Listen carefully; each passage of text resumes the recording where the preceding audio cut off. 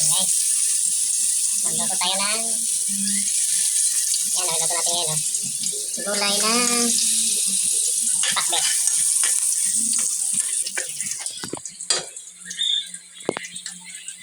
Okay, sibuyas. Pampagana sa katawan, sibuyas, bawang, yan. Mix ang kamatis, yan. Pampagana sa katawan yan, mga guys. Yan ang mga mapasustansya. Yung bawang, pangbawas ng dugo. Yung sibuyas naman, pampagana ng katawan. Bawas ng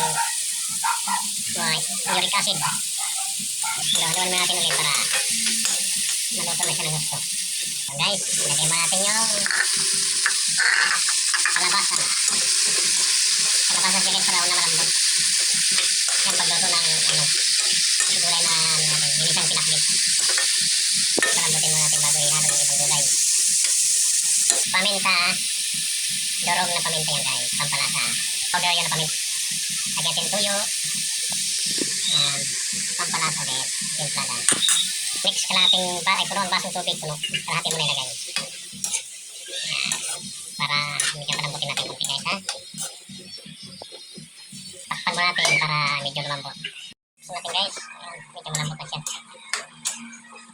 So yun na ihulog natin ang kasunod na gulay.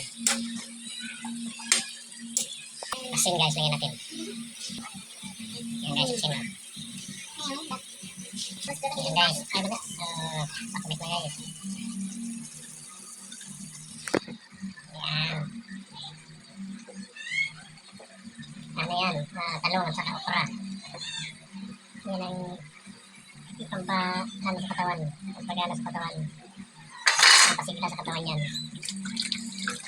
Okay, halo-haloin na natin.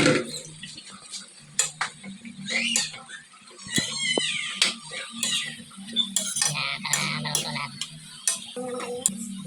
Nalagay mo natin guys, halo-haloin. Lagyan natin konting magic sarap para may pampalasa tayo guys. Okay, konting-konting ng magic sarap yan. Yan. Halo-haloin ulit. Yan. Ang ulam ng pamparbisa guys. Masarap na ulam, pakpan natin. Yan, para kumulok. Yes guys, open natin, luto na siya. Yan, oh, sarap naman, tikman. Okay. Ito na siya, sa atin. Wow, sarap oh. Tikman natin guys ha. Malambot na. Tikman natin. Mainit nga lang.